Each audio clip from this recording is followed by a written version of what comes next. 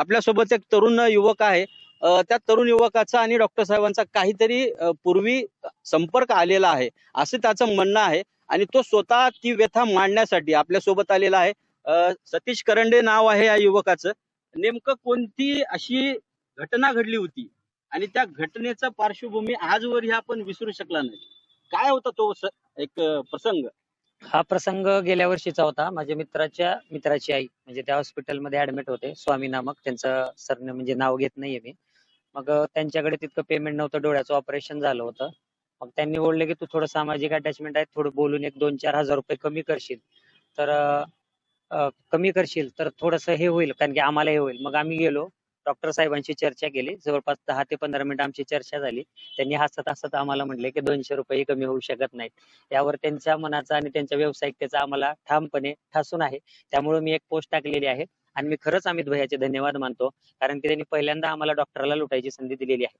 Corona काळात डॉक्टरांनी काय केलं, आता जे डॉक्टर साहेब जे उमेदवारी म्हणून आहेत त्यांचं निलंग्याच्या आसपास कुठेतरी 150-200 एकर शेत आहे, ते आपण शोधून घ्यावं.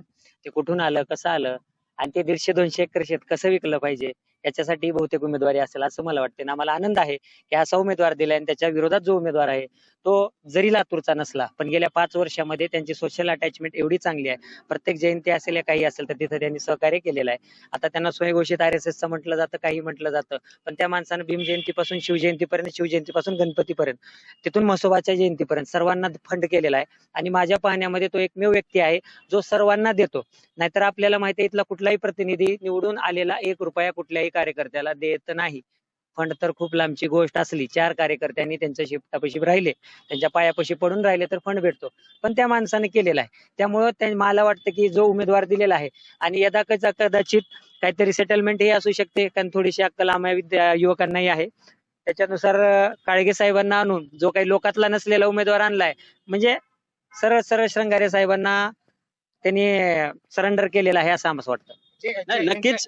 म्हणजे यांच्या सांगण्यावरून असं वाटतं की ईडी आणि सीबीआयची चौकशीच्या माध्यमातून सुधाकर श्रंगारेची चौकशी झाली पाहिजे, कारण त्यांनी जे पैशाचे जे वाटप केलेलं आहे अनेक प्रकारे, त्यांची देखील ईडी आणि सीबीआयच्या मार्फत चौकशी व्हावी अशी देखील यांची भावना असू शकते बरं का. बरोबर नाही, नक्कीच. परंतु जे सध्याचे काँग्रेस पक्षाचे जे विद्यमान उमेदवार म्हणून घोषित झालेले आहेत, ते नावलौकिक असलेले, डॉक्टर वैद्यकीय क्षेत्रामध्ये नेत्रतज्ञ असलेले, परत नंतर सोशल मीडियावरती किंवा सोशल अटॅचमेंट मध्ये असलेले, आताच्या तरुणांनी सांगितला, एक उल्लेख केला की निलंगा तालुक्याच्या आसपास 150-200 एकर जमीन पण आहे. 2019 सालची गोष्ट आहे ती, आणखीनही लातूरकरांना चांगलीच ठाऊक आहे. तेव्हा चाकूरकर साहेबांनी असं याच डॉक्टर काळगेंबद्दल आक्षेप घेतला होता की हे जातीच्या पुराव्यामध्ये किंवा जातबाह्य निहायाच्या कागदोपत्रामध्ये बसू शकत नाहीत. त्यामुळं तेव्हा चाकूरकर साहेबांनी यांना नाही असा शब्द दिला होता आणि नकार पण दिला होता. तेव्हाही यांना 2019ला तिकीट मिळालं नव्हतं. तर आता असं म्हटलं जातं की अमित विलासराव देशमुख यांच्या प्रयत्नामुळे किंवा यांच्याच सांगण्यावरून डॉक्टर काळगे साहेबांना आज तिकीट मिळालेलं आहे, ते उमेदवार झालेले आहेत. बहुजन समाज पार्टीचे जिल्हाध्यक्ष आज आपल्या सोबत आहेत. नेमकं या दृष्टिकोनाकडे, आणि लातूर जिल्हा हा एक राखीव मतदारसंघ आहे, तर राखीव मतदारसंघामध्ये हे सगळं चाललेलं आहे. तर एक जिल्हाध्यक्ष या नात्याने आपल्याला काय वाटतं, आपण काय सांगाल?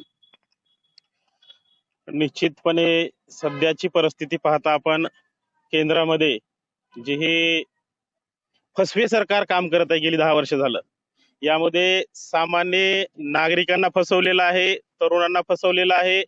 15 लाख देणार होते, ते 15 लाख बहुतेक त्यांच्या स्वप्नामध्ये त्यांनी वाटप केले असावेत. प्रत्यक्षात तर कोणत्याही व्यक्तीला 15 लाख आतापर्यंत मिळालेले नाहीत. शेतकऱ्याची अवस्था असेल, अतिशय बिकट आणि वाईट परिस्थिती शेतकऱ्यावर आलेली आहे. उपासमारीची त्यांच्यावर वेळ आलेली आहे. त्याचबरोबर सुशिक्षित जो तरुण आहे, शिक्षण घेतलेला आहे, ज्या तरुणाने आपलं आयुष्य अर्ध शिक्षणामध्ये घातलं, अशा तरुणांना येणाऱ्या काळामध्ये या सरकारच्या धोरणामुळे निश्चितपणे फाशी घ्यावं लागेल. तर जो काँग्रेस पक्षाने जो उमेदवार दिलेला आहे, त्या काँग्रेस पक्षाच्या उमेदवाराने आतापर्यंत एकदाही कोणत्याही महापुरुषाला अभिवादन केलेलं दिसून आलेलं नाही. त्याबद्दल आपल्याला काय वाटतं, त्याबद्दल काय सांगाल? निश्चितपणे आत्ताचे जे काँग्रेसचे उमेदवार आहेत ते मी मानत नाही मागासवर्गीयामधले किंवा अनुसूचित जातीतले आहेत, ते सवर्ण उमेदवार आहेत. आणि ठरवून निश्चितपणे यांनी मागासवर्गीय आणि सवर्ण अशा पद्धतीचा एक वाद तयार करण्यासाठी हा उमेदवार दिलेला आहे, जो की हा अनुसूचित जातीतला उमेदवार होऊ शकत नाही. यांना कुठल्याही महापुरुषाची जाण नाही. अनुसूचित जातीचे म्हणजे चुकीच्या पद्धतीने प्रमाणपत्र काढून त्याचा हे चोरून जे फायदा घेतात त्यातले हे एक उमेदवार.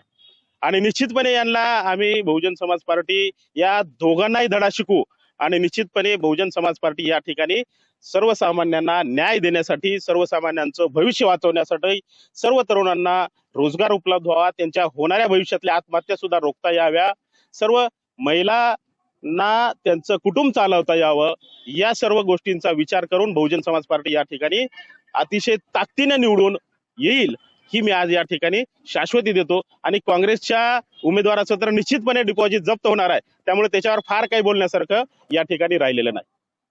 नक्कीच आपण सर्वांनी सांगितल्याप्रमाणे की काँग्रेस पक्षाच्या वतीनं जो उमेदवार दिलेला आहे तो सुद्धा सुवर्ण आहे. भाजपाच्या वतीने जो उमेदवार दिलेला आहे दुसऱ्यांदा त्यांना संधी मिळालेली आहे.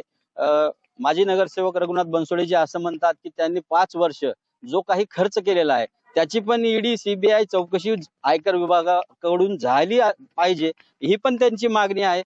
तो तरुण सतीश करंडे यांनी असं सांगितलेलं आहे की 150 ते 200 एकर जमीन कुठं आहे ती शोधून काढावी, कारण की डॉक्टरकीच्या क्षेत्रामध्ये त्यांनी आतापर्यंत 200 रुपये सुद्धा कुणाला कमी केले नाहीत. त्याच्यामुळं हाही एक चांगला अनुभव दिसून येतोय. उमेदवारी मिळाल्यापासून ते आज तागायत घरामध्येच आहेत. मीडिया पर्सनना बोलावून घेतात, मीडिया पर्सनशी ते वाद संवाद करतात, त्यांच्या बातम्या येतात, परंतु घराच्या बाहेर त्यांनी येऊन एकदाही कोणत्याही महापुरुषाचा अभिवादन केलेलं आम्ही तर पाहिलेलं नाही.